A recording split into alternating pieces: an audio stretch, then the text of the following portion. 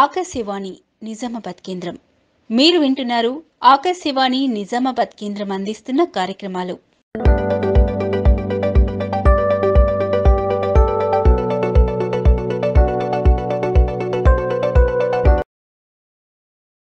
కిసాన్ వాణి.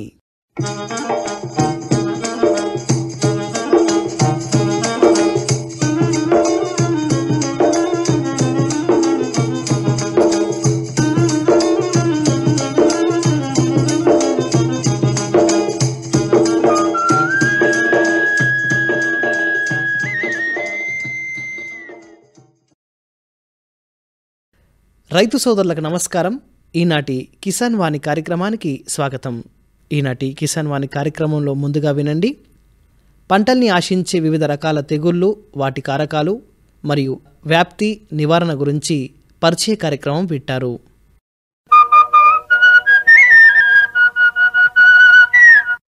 రైతు సోదరులకు నమస్కారం. ఈరోజు మన కిసాన్ వాణి తెలంగాణ వ్యవసాయ కళాశాల సిరిసిల్లలో ఉంది. ఇక్కడ మనతో పాటు తెగుళ్ల కారక శాస్త్ర విభాగ సహాయ ఆచార్యులు డాక్టర్ జె రాజేందర్ గారు మనతో ఉన్నారు. మరి పంటల్లో ఆశించే వివిధ రకాల తెగుళ్ళు, వాటి కారకాలు, వ్యాప్తి మరియు నివారణ పద్ధతుల గురించి సందేహాల్ని మనం నివృత్తి చేసుకుందాం. ముందుగా నమస్కారం అండి రాజేందర్ గారు. నమస్కారం అండి. రాజేందర్ గారు, వివిధ పంటల్లో మనము వివిధ తెగుళ్లను చూస్తుంటాము. మరి ఈ తెగుళ్ళు ఎలా వ్యాప్తి చెందుతాయండి? సో మనం వివిధ రకాల పంటల్లో మనం చూసుకుంటే, ఇప్పుడు మన ఆహార పంటల్లో వరి కావచ్చు, అపరాలు, నూనె గింజలు, ఇటువంటి పంటల్లో తెగుళ్ళు అనేవి ముఖ్యంగా మనకు కలగజేసే కారకాలు ఏంటంటే, శిలీంధ్రం ప్రధానమైనది. శిలీంధ్రం తర్వాత బ్యాక్టీరియా, వైరసెస్, నులి పురుగులు, కొన్నిట్లో వైరాయిడ్, ఇవి ప్రధానమైన తెగుళ్ళను కలగజేసే కారకాలు. ఈ తెగుళ్ళు ఎలా వ్యాప్తి చెందుతాయి అనేది మనం కనుక చూస్తే, ఇవి 3 రకాల పద్ధతుల ద్వారా వ్యాప్తి చెందుతాయి. సో ఆ వ్యాప్తి విధానం గురించి మనం కనుక మాట్లాడితే, మొదటగా ఈ తెగుళ్ళు విత్తనాల ద్వారా వ్యాప్తి చెందడం ఒక పద్ధతి. రెండో పద్ధతి ఏంటంటే నేల ద్వారా సంక్రమిస్తాయి. నేల ద్వారా ఒక ప్లేస్ నుంచి ఇంకో ప్లేస్కి వ్యాప్తి చెందుతుంది. అట్లాగా మూడో పద్ధతిగా మనం కనుక చూస్తే ఏంటంటే గాలి ద్వారా ఈ తెగుళ్లను కలుగజేసే వాటి సిద్ధ బీజాలు గాలి ద్వారా ఒక ప్లేస్ నుంచి ఇంకో ప్లేస్కి వ్యాప్తి చెందుతాయి. మరి రాజేందర్ గారు, మీరు అన్నట్టుగా ఈ తెగుల వ్యాప్తి అనేది 3 రకాలుగా పంటను ఆశిస్తుందని చెప్పారు కదండి. మరి రైతులు వీటిని ఎలా గుర్తించాలి రైతు స్థాయిలో? అదేవిధంగా ఈ వ్యాప్తి రైతులను ఏ విధంగా ఎక్కువ నష్టపరుస్తుంది? మరి రైతులు ఎట్లాంటి చర్యలు తీసుకోవాలంటారు? సో ఈ మనం 3 రకాల వ్యాప్తిలో కనుక చూస్తే, ముఖ్యంగా ఎక్కువ రైతుకు నష్టాన్ని చేకూర్చేది ఏంటంటే, మనం విత్తనాల ద్వారా వ్యాప్తి చెందే తెగుళ్ళు ఎక్కువగా నష్టాన్ని కలుగజేస్తాయి. ఎందుకంటే ఇప్పుడు మనం ప్రతిదీ కూడా విత్తనం బాగుంటే పంట బాగుంటుంది. విత్తన ఆరోగ్యం అనేది పంట ఆరోగ్యం పైన ఆధారపడి ఉంటుంది. ఇప్పుడు విత్తనం కనుక సరిగా లేకపోతే పంట ఖచ్చితంగా దాని దిగుబడి తగ్గుతుంది. సో విత్తనాల ద్వారా సంక్రమించే వ్యాప్తి చెందే తెగుల్లో ఎక్కువగా నష్టాన్ని కలుగజేస్తాయి. ఈ తెగుళ్లను ముఖ్యంగా ఏంటంటే, ఇతర అనేక రకాల తెగుల్లో ముఖ్యంగా ఈ తెగుళ్ళ లక్షణాలను, పంటలో అనేక రకాల సమస్యలు ఉంటాయండి. పంటలో తెగుళ్ళతో సమస్య ఉంటుంది, కీటకాల సమస్య ఉంటుంది, సూక్ష్మ పోషకాల లోపం అనేది కూడా ఒక సమస్య ఉంటుంది. మొదటగా ఏంటంటే రైతన్నలు కూడా తెగుళ్ళ లక్షణాలను, పురుగుల లక్షణాలను మనము వేరు చేయగలగాలి, అంటే గుర్తించాలి. వరిలో ఏంటంటే అగ్గి తెగులు, సుడిదోమ ఉంటుందండి. సో అగ్గి తెగులు ఏంటంటే అనేది శిలీంధ్రాల వల్ల వస్తుంది. సుడిదోమ అనేది మనకు తెలుసు పురుగు వల్ల వస్తుంది. ఒక్కొక్కసారి అందరూ అని చెప్పలేను, కానీ కొంతమంది రైతులు ఏంటంటే దీన్ని తెగుళ్ళని పురుగుల తీవ్రత అనుకుంటారు. సో తెగుళ్ళని పురుగుల వలన సమస్యలా గుర్తించేసి దాన్ని అనవసరంగా ఈ శిలీంధ్ర నాశనాన్ని స్ప్రే చేస్తారు, ఇన్సెక్టిసైడ్ని స్ప్రే చేస్తారు. సో దాని వలన స్ప్రే చేయడం వలన ఏమవుతుంది, ఆ తెగుల కంట్రోల్ కాదు. ఎందుకంటే అక్కడ సమస్య వచ్చింది తెగుళ్ళ వలన, ఫంగస్ వలన. కానీ రైతు ఏంటంటే దాన్ని రాంగ్గా గుర్తించి కీటకాల వల్ల వచ్చిందని, పురుగుల వల్ల వచ్చిందని అనుకొని ఇన్సెక్టిసైడ్ స్ప్రే చేస్తే దాని వలన కంట్రోల్ కాదు. కంట్రోల్ కాకపోవడం కాకుండా అనవసరంగా దానికి ఖర్చు పెరుగుతుంది రైతుకు. సో ఈ రకంగా మనం ఏంటంటే మొదటగా ఆది దశలోనే అది తెగుళ్ళ లేదా కీటకాల సమస్యలని మనం కరెక్ట్గా గుర్తిస్తే నివారణ చర్యలు అనేవి సక్రమంగా పనిచేస్తారు. సో ఇంకా సమస్యలు ఉంటే కీటకాలతో పాటు సూక్ష్మ లోపక పోషకాలు అనేది కూడా మనకు ఒక్కొక్కసారి పొలంలో కనిపిస్తుంది. సూక్ష్మలోప పోషకాలు ఏంటంటే ఒక్కొక్కసారి మనకు వివిధ రకాల వైరస్ తెగులు ఉంటాయండి ఇప్పుడు. సో ఈ మధ్యలో వైరస్ తెగుళ్ళు ముఖ్యంగా మనం చూసుకుంటే కూరగాయ పంటల్లో కావచ్చు, మన అపరాలలో కావచ్చు, చాలా తీవ్రత పెరుగుతూ వస్తూ ఉన్నది. సో ఒక్కొక్కసారి ఈ సూక్ష్మలోపక పోషకాలు అనేవి మనకు ఒక్కొక్కసారి కన్ఫ్యూజ్ చేస్తాయి. సో మనము రైతు ఏంటంటే తన స్థాయిలో సూక్ష్మ పోషకాల లోపాలు ఒకసారి వైరస్ వల్ల వచ్చాయని అపార్థం చేసుకునే అవకాశం ఉంది. సో వాటిని కూడా గుర్తించగలగాలి. ఇది సూక్ష్మ పోషకం లోపమా లేదా వైరస్ లోపమా అనేది రైతు గుర్తించాలి. మరి రాజేందర్ గారు, మీరు అన్నట్టుగా రైతులు ముందుగా వీటి గురించి సరైన అవగాహన ఉండాలని అంటున్నారు. మరి రైతు సోదరులు సూక్ష్మ పోషక లోపాలను అదేవిధంగా ఈ తెగులను ఏ విధంగా గుర్తించాలంటారు? సో సూక్ష్మ పోషకాల లోపాలు కనుక మనం చూసుకుంటే మనము వాటి లోపాలు ఏంటంటే పొలంలో అన్ని మొక్కలపైన కనిపిస్తాయండి. ఎందుకంటే అది నేలలో దాని లోపం వలన ఉంటుంది. ఆ నేల అంటే మొత్తం దాదాపుగా రైతు ఒక ఎకరంగా తీసుకుంటే ఒక ప్లేస్లో వివిధ రకాల సూక్ష్మ పోషకాలను అప్లై చేసి ఇంకో ప్లేస్లో అప్లై చేయకుండా అట్లా ఏమి ఉండదు. సో ఈ లోపాలు వస్తే పొలం మొత్తం కనిపిస్తుంది. పొలంలో ఉండే అన్ని పంట మొక్కలపైన వ్యాధి లక్షణాలు కనిపిస్తుంది. అదే కనుక మనం తెగుల లక్షణాలను గుర్తిస్తే అట్లా కాదండి. ఒక ఎకరం పొలంలో అన్ని రకాల మొక్కలపైన తెగుల లక్షణాలు సమానంగా ఉండవు. తెగుల లక్షణాలు ఏంటంటే అక్కడక్కడ మొక్కలు ఆ వ్యాధులు సంక్రమించినప్పుడు ఏంటంటే లక్షణాలు కనిపిస్తాయి. అన్ని రకాల మొక్కలు ఒకటేసారి లక్షణాలు కనిపించవు. సో ఈ రకంగా మనము గుర్తించి గమనించి మనము ఈ తెగుళ్ళ లక్షణాలను సూక్ష్మ పోషకాల లక్షణాల నుంచి మనం వేరు చేయొచ్చు. మరి రాజేందర్ గారు, మీరు అన్నట్టుగా ఈ రెండు నష్టాలని రైతులు క్షేత్రస్థాయిలో గుర్తించాలి. ఒకవేళ రైతులు దీన్ని గుర్తించని ఎడల వాళ్ళు ఎట్లాంటి నష్టాలని ఎదుర్కొంటారండి? రైతులు కనుక అండి ఈ తెగుళ్ళ లక్షణాలను కావచ్చు, లేకపోతే సూక్ష్మ పోషకాల లక్షణాలు కావచ్చు, తొందరగా అంటే తీవ్రత తక్కువ ఉన్నప్పుడు గుర్తించకపోతే చాలా రకాల నష్టాలు చూసే అవకాశం ఉందండి. సో ముఖ్యంగా మనము ఈ వివిధ రకాల తెగులు అని చెప్పాను కదా ఇంతకుముందు, శిలీంధ్రాలు, బ్యాక్టీరియా, వైరసెస్, వివిధ రకాల సూక్ష్మ జీవులు అనేవి మనకు పంటల మొక్కలను తెగుళ్ళను కలగజేస్తుంది. ముఖ్యంగా మనం ఇందులో ఇక్కడ చూస్తే వైరస్ తెగుళ్ళు కనుక ఫస్ట్ ఎప్పుడైతే పొలంలో అన్నీ ఒకటేసారి ఈ తెగుళ్ళకు లోను కావు. సో మొదట 1-2 మొక్కలకు మనకు ఈ వ్యాధి లక్షణాలు కనిపిస్తుంది. రైతు నిరంతరం క్షేత్రస్థాయిలో దాన్ని పరిశీలించాలి. సో మొదటగా ఈ తక్కువగా ఏదైతే 1-2 మొక్కలు కనుక ఈ లక్షణాలను కనిపిస్తే ఇమ్మీడియట్గా రైతు ఏంటంటే నివారణ చర్యలను చేపట్టాలండి. ఒకవేళ నిర్లక్ష్యం కనుక చూపిస్తే కనుక తీవ్రత అనేది వ్యాధి అనేది ఎక్కువగా స్ప్రెడ్ అయిపోతుంది. పంట మొత్తం స్ప్రెడ్ అయిపోయి తీవ్రమైన నష్టాన్ని చేకూర్చే అవకాశం ఉందండి. అలాగే సూక్ష్మ పోషక లక్షణాలను కూడా మనము రైతు వాళ్ళకు ఏదైనా ఇంకా సందేహం ఉంటే వాళ్ళ దగ్గరలో అగ్రికల్చర్ ఆఫీసర్ ఉంటారు మండలం లెవెల్లో, వాళ్ళ విలేజ్లో అగ్రికల్చర్ ఎక్స్టెన్షన్ ఆఫీసర్, వ్యవసాయ విస్తరణ అధికారి అని అంటాం. సో వాళ్ళు ఉంటారు. వాళ్ళకి ఇంకా ఏదైనా సందేహం ఉంటే వాళ్ళని చూపించేసి దాన్ని నివృత్తి చేసుకొని తొందరగా ఈ నివారణ చర్యలు చేపడితే నష్టాన్ని తగ్గించే అవకాశం ఉందండి. సో ఈ 2 రకాల సమస్యలు కావచ్చు, తెగుళ్ళ సమస్యలు, సూక్ష్మ పోషక లోపం కనుక మనము నేలలో ఒక పొలంలో చూస్తే ఈ రెండిట్లో కూడా చాలా వ్యత్యాసం ఉంది. తెగుళ్ళ సమస్య అనేది నేల ద్వారా, విత్తనం ద్వారా, గాలి ద్వారా. సో అదే సూక్ష్మ పోషకాల లోపం పర్మనెంట్ సమస్యలాగా చెప్పచ్చండి. ఎందుకంటే ఇది పంట వేసుకునే ముందే ఏంటంటే రైతు సాయిల్ టెస్టింగ్ ఖచ్చితంగా చేయాలండి. సో సాయిల్ టెస్టింగ్ చేయడం వల్ల దాంట్లో నత్రజని శాతం ఎంత ఉంది, భాస్వరం శాతం ఎంత ఉంది, పొటాషియం శాతం ఎంత ఉంది, వీటితో పాటు కొన్ని మైక్రో న్యూట్రియంట్స్ కూడా తెలిసిపోతుంది అందులో. సో వాటి తెలిసిన తర్వాత ఏంటంటే ఏది తక్కువ ఉందో దాన్ని మనం పెంచుకోవడానికి రైతు దాన్ని ట్రై చేయొచ్చు. అట్లా చేసి దాన్ని అధిగమించవచ్చు.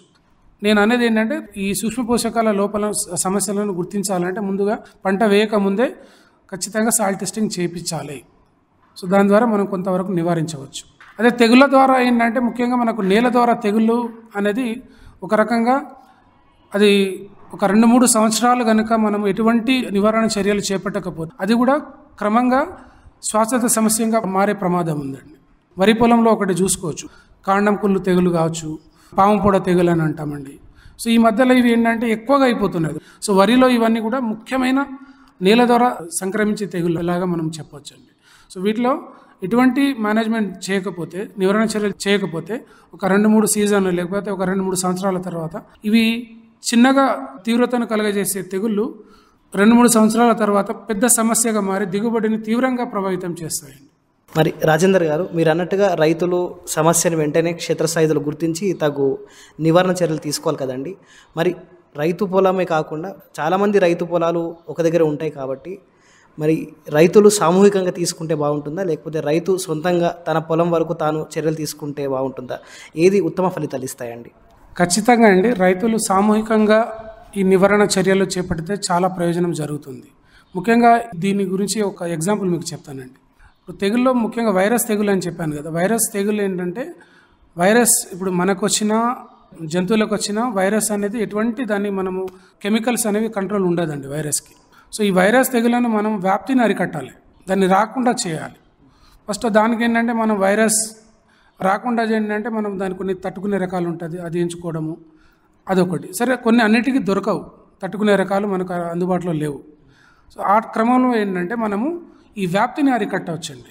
సో ఈ వ్యాప్తిని అరికట్టాలంటే ఒక రైతు ఒక ఎకరంలో ఏదైనా పంట వేసినప్పుడు ఆ పంటలో అతను ఈ వైరస్ తెగులను అరికట్టడానికి అతను నిరంతరం నివారణ చర్యలు చేపడితే సరిపోదండి. ఆయన చుట్టుపక్కల ఉన్న రైతులు కూడా ఈ నివారణ చర్యలు ఏకకాలంలో చేయాలి. ఒక ఎగ్జాంపుల్ చెప్పచ్చండి మీకు. చిల్లి మిరప పంటలో వైరస్ అనేది పెద్ద సమస్య అండి. సో ఒక రైతు ఈ సస్యరక్షణ చర్యలు చేపట్టి ఎంత చేసినా కూడా ఆ ఫలితం అనేది చుట్టుపక్కల ఉన్న రైతులు ఎలా చేస్తున్నారనే దాన్ని బట్టి ఉంటుందండి. సో ఎందుకంటే ఈ వైరస్ అనేవి ఖచ్చితంగా వాటి ఓన్గా వ్యాప్తి చెందలేవు, కీటకాల ద్వారా వ్యాప్తి చెందుతుంది. సో ముఖ్యంగా మనం వైరస్లో సకింగ్ పెస్ట్ అంటామండి, రసం పీల్చే పురుగులు అంటాము. సో వాటి ద్వారా ఎక్కువగా వ్యాప్తి చెందుతుంది. వాటిని కనుక మనం నివారిస్తే వ్యాధిని మనం తగ్గించవచ్చండి. సో ఈ నివారణ చేపట్టాలనేది సామూహికంగా అందరూ ఒకటేసారి చేస్తే ఆ ఏరియాలో ఉన్న అన్ని రకాల పంటల్లో మనము దీన్ని నివారించడానికి అవకాశం ఉంటుంది. మరి రాజేందర్ గారు, మీరు ఈ తెగుల వ్యాప్తి అనేది 3 రకాలుగా సంక్రమిస్తుందని చెప్పారు కదండి. మరి ఈ గాలి ద్వారా వ్యాప్తి చెందే తెగులను రైతులు ఏ విధంగా అరికట్టాలంటారు? సో మనము ముఖ్యంగా గాలి ద్వారా వ్యాప్తి చెందే తెగుల్లో ముఖ్యంగా ఏంటంటే శిలీంధ్రాల ద్వారా వచ్చే తెగులు గాలి ద్వారా వ్యాప్తి చెందుతాయండి. శిలీంధ్రాలు ఏంటంటే సిద్ధ బీజాలని ఉత్పత్తి చేస్తాయండి. సో సిద్ధ బీజాలకు ఏంటంటే వాటికి వెయిట్ తక్కువ ఉంటుంది, స్పోర్ సైజ్ చాలా మన కంటికి కనిపించవండి. సిద్ధ బీజాలు మైక్రోస్కోప్లో మాత్రమే కనిపిస్తాయి. సో సిద్ధ బీజాలు అనేవి గాలి ద్వారా తొందరగా వ్యాప్తి చెందుతుంది. సో ఎప్పుడైతే వీటి ఉత్పత్తి కూడా ఎక్కువనే ఉంటుందండి. ఈ స్పోర్ అని అంటాం, ఫంగల్ స్పోర్ అని అంటామండి. ఇవి రకరకాలుగా ఉంటాయండి. సో ఇవి గాలి ద్వారా తొందరగా వ్యాప్తి చెందుతాయండి. సో వీటిని మనం మేనేజ్మెంట్ చేయడానికి ఏంటంటే మనం ముఖ్యంగా ఈ ఫంగిసైడ్ని స్ప్రే చేసుకోవాలండి. కొన్ని తెగులు ఏంటంటే లోవర్ ఫంగస్ ద్వారా వచ్చే తెగులు ఉంటాయండి, కొన్ని ఏమో హయ్యర్ ఫంగస్ తెగులు అని అంటామండి. సో ఇది ఎందుకు చెప్తున్నానంటే లోవర్ ఫంగస్కి ఒక రకమైన ఫంగిసైడ్ యూజ్ చేయాలండి, హయ్యర్ ఫంగస్కి ఒక రకమైన ఫంగిసైడ్ యూజ్ చేయాలండి. ఉదాహరణ కనుక ఒక చెప్తే ఏంటంటే లోవర్ ఫంగస్ అనేది ఇప్పుడు మనము నారుకుళ్ళు తెగులు అని అంటాం కదండి. మనకు ఎక్కువగా మనకు మిరప కూరగాయ పంటల్లో వస్తుందండి. సో దాంట్లో ఈ నారుకుళ్ళు తెగులు అనేది ప్రధానమైన సమస్య. ఈ నారుకుళ్ళు తెగులు ఏంటంటే 2 ఫంగస్లు వస్తుందండి, లోవర్ ఫంగస్ హైయర్ ఫంగస్ రెండింటి వల్ల వస్తుందండి. సో వాటిలో ఏంటంటే లోవర్ ఫంగస్కి ఏంటంటే మెటలాక్సిల్ అనేది దొరుకుతుందండి, ఫంగిసైడ్ మంచిగా పనిచేస్తుందండి. ఈ మెటలాక్సిల్ అనేది మనం కనుక ఈ నారుకులు తెగులు వేరే ఫంగస్ వల్ల వస్తే అది కంట్రోల్ చేయలేవు, హయ్యర్ ఫంగస్ వల్ల వస్తే మాత్రం కంట్రోల్ చేయలేదు. సో దానికి మళ్ళీ వేరే మనం ఫంగిసైడ్ని యూజ్ చేయాలండి, కార్బెండిజంతో కానీ మ్యాంకోజెబ్తో కానీ మనము దాన్ని అప్లై చేయాలండి.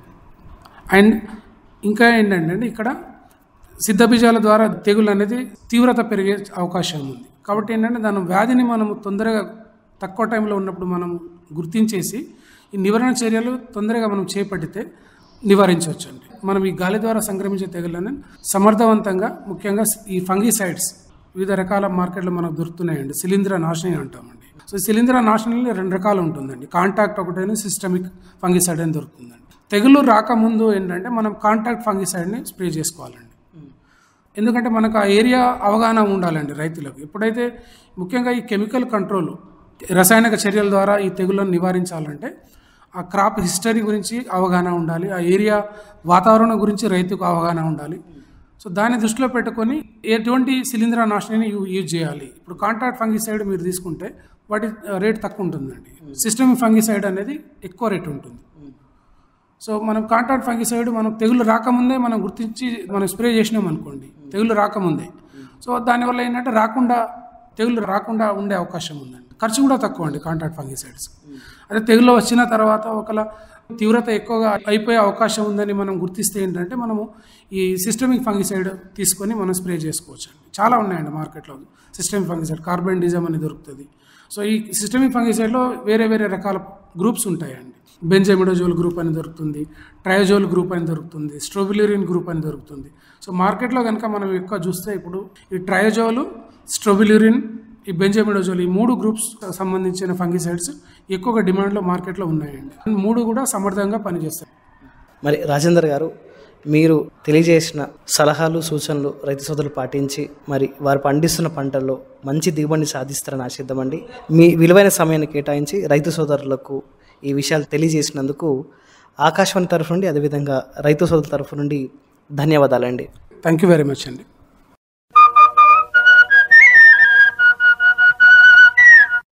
ఇంతవరకు మీరు పంటల్ని ఆశించే వివిధ రకాల తెగుళ్ళు, వాటి కారకాలు మరియు వ్యాప్తి ఇంకా నివారణ పద్ధతుల గురించి తెలంగాణ రాష్ట్ర వ్యవసాయ కళాశాల సిరిసిల్ల తెగుళ్ల కారక శాస్త్ర విభాగ సహాయ ఆచార్యులు డాక్టర్ జె రాజేందర్ గారితో పరిచయం విన్నారు. కార్యక్రమంలో ఇప్పుడొక పాట వింటారు.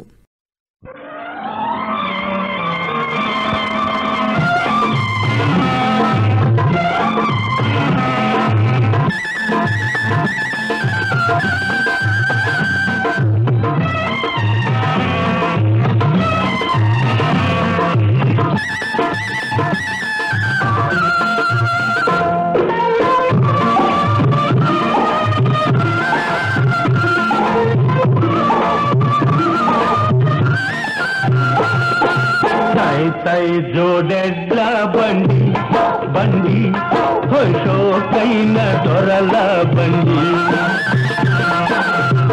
తై జోడెడ్ల బండి బండి హోషోకైన దొరల బండి, పంగు పంగు మను గంటల బండి, కల్లు కల్లు మను గజ్జల బండి, చుట్టుపక్కల 12 దీనికి పోటీ లేదండి. తై తోడెడ్ల బండి బండి హోషోకైన దొరల బండి.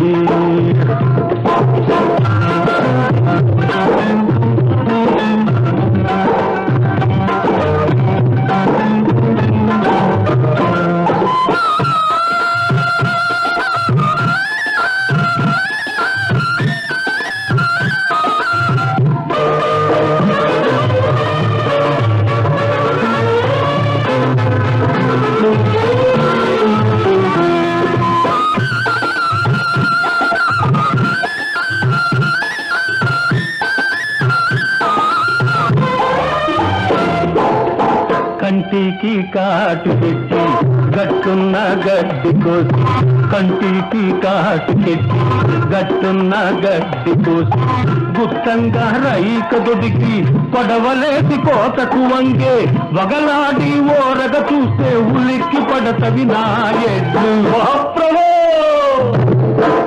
తై జోడెడ్ల బండి బండి హోషోకైన దొరల బండి.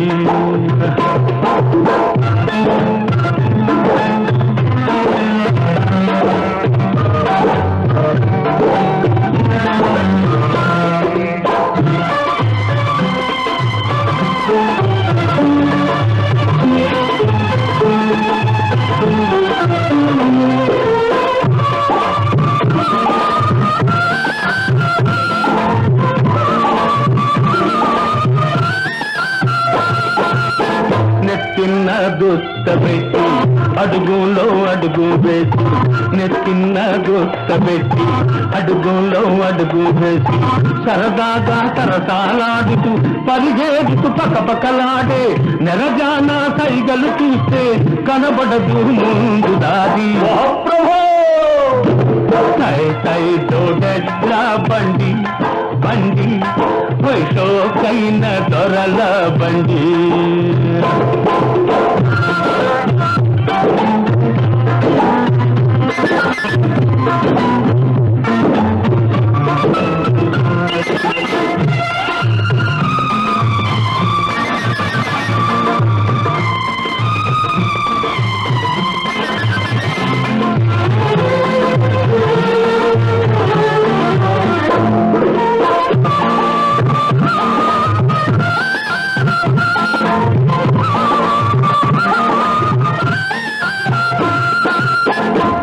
గోస గట్టిగా దూసి మట్టి తట్ట పైకి లేచి మట్ట దోస గట్టిగా దూసి మట్టి తట్ట పైకి లేచి ఈల వేసి బండ మీద ఒడుకుగా దెబ్బ మీద పై దెబ్బ వేసి చిలుకల కొలికి కులుకుతూ ఉంటే జల్లు జల్లు మంటది నా ఒళ్ళు. సై సై తోడెడ్ల బండి బండి సోకైన దొరల బండి. కార్యక్రమంలో ఇప్పుడు వినండి. వ్యవసాయ రంగంలో కృత్రిమ మేధస్సు యొక్క పాత్ర, ఉపయోగాల గురించి వ్యవసాయ కళాశాల సిరిసిల్ల సహాయ ఆచార్యులు డాక్టర్ డి కుమారస్వామి గారు తెలియజేసిన వివరాలు.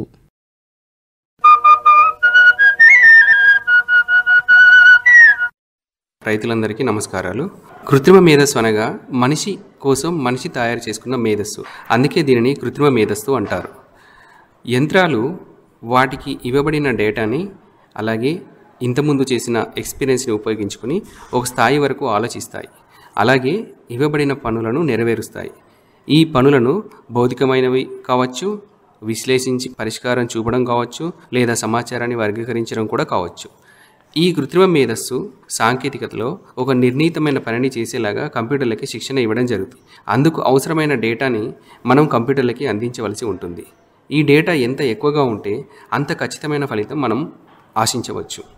కొన్ని హాలీవుడ్ మూవీస్లో చూపించిన విధంగా ఒక రోబో తయారు చేసిన తర్వాత ఆ రోబోకి ఈ కృత్రిమ మేధస్సును జోడించడం వల్ల ఆ రోబో తనలాంటి అనేక రోబోలను తయారు చేయడం మనం కొన్ని సినిమాల్లో చూడవచ్చు. సో అదేవిధంగా ఈ కృత్రిమ మేధస్సును ఉపయోగించి వివిధ రకాల కార్యకలాపాలు చేసుకోవడానికి దానికి సంబంధించిన ఆ యంత్రాలే వాటి అంతటా అవే నిర్ణయాన్ని తీసుకొని ఆలోచించి క్షేత్రస్థాయిలో పనిచేయడం జరుగుతూ ఉంటుంది. ఈ కృత్రిమ మేధస్సు అనే పదాన్ని మొదటిసారిగా 1956లో ప్రొఫెసర్ జాన్ మెక్కార్థీ గారు డార్త్మౌత్ అనే ఒక సదస్సులో ఈ పదం మొదటిసారిగా ఉపయోగించడం జరిగింది. ఈ కృత్రిమ మేధస్సు ఉపయోగించడంలో మిషన్ లెర్నింగ్, డీప్ లెర్నింగ్ మరియు న్యాచురల్ లాంగ్వేజ్ ప్రాసెసింగ్ అనే విధానాలు ఉంటాయి. ఈ కృత్రిమ మేధస్సును ప్రధానంగా వైద్య రంగం, విద్యారంగం, రవాణా రంగం, బ్యాంకింగ్ రంగం మరియు ఇతర సేవా రంగాలు, అలాగే ప్రకృతి వైపరీత్యాలను కనిపెట్టడం, ప్రజల భద్రతకు సంబంధించిన కార్యకలాపాలు, అలాగే సామాజిక మాధ్యమాల వంటి రంగంలో ఉపయోగించడం జరుగుతుంది. ఇది వ్యవసాయ రంగంలో కూడా విరివిగా ఇప్పటికే ఉపయోగించడం జరుగుతుంది. ఇక వ్యవసాయ రంగంలో ఈ కృత్రిమ మేధస్సును ఉపయోగించే విధానాలు చూసినట్టయితే అభివృద్ధి చెందిన దేశాల్లో ఇప్పటికే ఈ సాంకేతికతతో పనిచేస్తున్న యంత్రాలు మనిషి అవసరం లేకుండానే వాటంతట అవే నాట్లు వేయడం, నీరు పెట్టడం, కలుపు తీయడం, ఎరువులు వేయడం, కోతలు కోయడం, కోసిన దిగుబడిని వర్గీకరించి నాణ్యత ప్రమాణాలకు అనుగుణంగా ప్యాకింగ్ కోసం సహాయం చేయడం జరుగుతుంది. ఇక చిన్నపాటి డ్రోన్లు వంటివి పైనుండి పర్యవేక్షించడం, క్రిమి సంహారక మందులను చల్లడం వంటి కార్యకలాపాలను నిర్వహిస్తున్నాయి. అదే హైడ్రోఫోనిక్స్, వర్టికల్ ఫార్మింగ్ లాంటి వ్యవసాయ పద్ధతుల్లో అభివృద్ధి చెందిన దేశాల్లో దాదాపు పూర్తి స్థాయిలో ఈ కృత్రిమ మేధస్సు ద్వారానే జరుగుతున్నాయి. అలాగే మేతకు వెళ్లే పశువులకు వాటి చెవుల వెనుకాల అమర్చిన జీపీఎస్తో కూడిన ఈ కృత్రిమ మేధస్సు పరికరాలతో వాటి కదలికలను, అవి ఎంత మేత తినడం జరిగింది, ఎంత మేత లభ్యత ఉంది, పశువు యొక్క ఆరోగ్య పరిస్థితి మొదలైనవి ఇంటి నుండే తెలుసుకోవచ్చు. మన దేశంలో ఈ కృత్రిమ మేధస్సు సాయంతో తయారు చేసిన కిసాన్ సువిధ లాంటి ప్రత్యేకమైన యాప్స్ రైతులకు సేవలు అందిస్తున్నాయి. ఈ యాప్స్ ద్వారా వాతావరణ సూచనలు ఇవ్వడం, వేసిన పంటకు ఎప్పుడు ఎలాంటి జాగ్రత్త తీసుకోవాలో తెలియజేయడం, తెగుళ్ల గురించి హెచ్చరించడం, పంట అమ్ముకోవడానికి కావలసిన సమాచారం మరియు ఇతర మార్కెటింగ్ సహాయాలు అందించడం కూడా జరుగుతుంది. వీటన్నిటికి సంబంధించి ప్రత్యేకమైన యాప్స్ అందుబాటులో ఉన్నాయి. తగిన సాంకేతికత మరియు మౌలిక వసతులు లేనందున దేశంలో ఏటా పెద్ద ఎత్తున పంట వృధా అవుతుంది. ఈ సమస్యలు పరిష్కరించి సగటు దిగుబడిని మరింత పెంచడానికి ప్రభుత్వం ఇటీవలే ప్రధాన సంస్థలతో ఒప్పందం చేసుకోవడం జరిగింది. కృత్రిమ మేధస్సు ఉపయోగించి చేపట్టిన పైలట్ ప్రాజెక్టులో దిగుబడులు దాదాపు గత ఏడాది కన్నా 30% పెరిగినట్లు నీతి ఆయోగ్ స్వయంగా ప్రకటించడం జరిగింది. అయితే ఈ కృత్రిమ మేధస్సు అభివృద్ధి మరియు వినియోగం కోసం భారత ప్రభుత్వం 2018 జూన్లో national strategy for artificial intelligence AI for all అనే విధానాన్ని రూపొందించడం జరిగింది. దీనికి అవసరమైన మార్గదర్శకాలను నీతి ఆయోగ్ విడుదల చేసింది. వీటి ప్రకారం దేశంలోని 5 రంగాల్లో మెరుగైన ఫలితాలను సాధించాలని నిర్దేశించడం జరిగింది. ఆ రంగాలు: మొదటిది ఆరోగ్య రంగం, 2 వ్యవసాయ రంగం, 3 విద్యా రంగం, 4 పట్టణాలకు అవసరమైన స్మార్ట్ సిటీ మౌలిక వసతులు, అలాగే 5వది రవాణా రంగం. ఈ కృత్రిమ మేధస్సు ప్రకారం దేశంలో కృత్రిమ మేధ అభివృద్ధికి కోర్స్ అనగా creation of centres of research excellence in artificial intelligence అనగా కృత్రిమ మేధస్సు కోసం అత్యున్నత పరిశోధన కేంద్రాల ఏర్పాటు చేయడం, తద్వారా అకాడమిక్ రీసెర్చ్ హబ్లని ఏర్పాటు చేయాలని సంకల్పించింది. 2019 మార్చిలో నీతి ఆయోగ్ వారు ఐరావత్ అనే క్లౌడ్ కంప్యూటింగ్ వ్యవస్థను ఏర్పాటు చేశారు. దీనివల్ల కృత్రిమ మేధస్సు పైన పరిశోధనలు, భారీ స్థాయిలో వినియోగదారులకు సేవలందించడానికి కావలసిన మద్దతు ఏర్పాటు చేయడం జరిగింది. ఇక ఈ కృత్రిమ మేధస్సు వల్ల వ్యవసాయ రంగంలో ప్రధానమైన ఉపయోగాలు గమనించినట్లయితే, మొదటగా ఒకేసారి అనేక పనులను అతి తక్కువ మానవ వనరుల సహాయంతో చేయగలగడం. ఉదాహరణకు ఒకే వ్యక్తి పంట క్షేత్రానికి సంబంధించిన వివిధ యాజమాన్య పనులు చేయగలరు. అనగా ఒకేసారి పంటకు సంబంధించిన ఉష్ణోగ్రత, తేమ స్థాయి, అలాగే చీడపీడలకు సంబంధించిన సమాచారము మొదలైన అనేక సమాచారాన్ని ఒకే సమయంలో సేకరిస్తూ తదనుగుణంగా చర్యలు చేపట్టడానికి ఈ కృత్రిమ మేధస్సు ఎంతగానో సహాయపడుతుంది. అలాగే సహజ వనరుల వృధాని దాదాపు 100% నిరోధించడానికి సాధ్యమవుతుంది.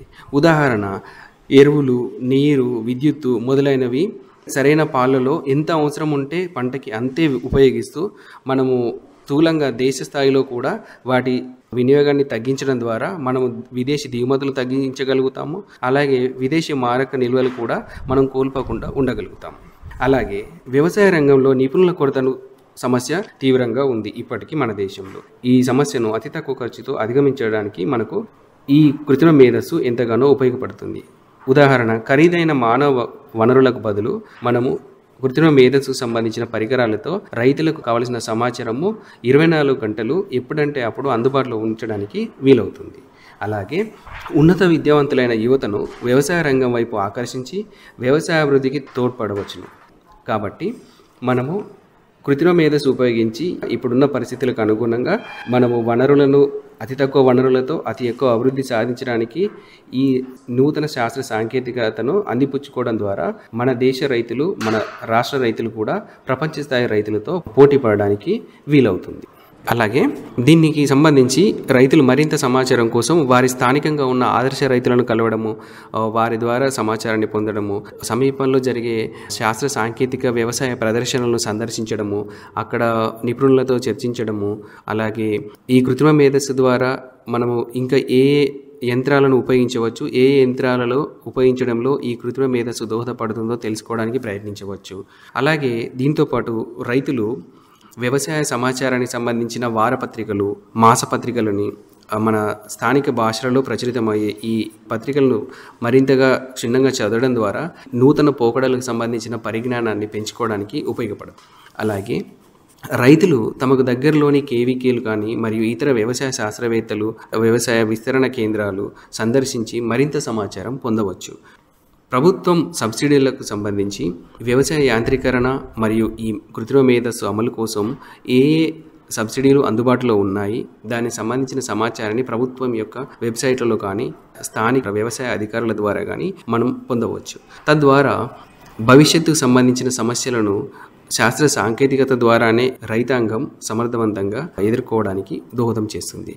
అలాగే మన దేశ సామాజిక భౌగోళిక పరిస్థితులను దృష్టిలో ఉంచుకుంటూనే ఈ కృత్రిమ మేధస్సు లాంటి నూతన శాస్త్ర సాంకేతికతను అందిపుచ్చుకోవడం ఎంతో అవసరం.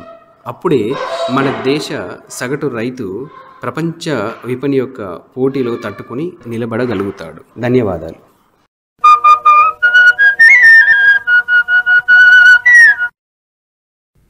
ఇంతవరకు మీరు వ్యవసాయ రంగంలో కృత్రిమ మేధస్సు యొక్క పాత్ర, ఉపయోగాల గురించి వ్యవసాయ కళాశాల సిరిసిల్ల సహాయ ఆచార్యులు డాక్టర్ డి కుమారస్వామి గారు తెలియజేసిన వివరాలు విన్నారు. ఇంతటితో ఈనాటి కిసాన్ వాణి కార్యక్రమం సమాప్తం.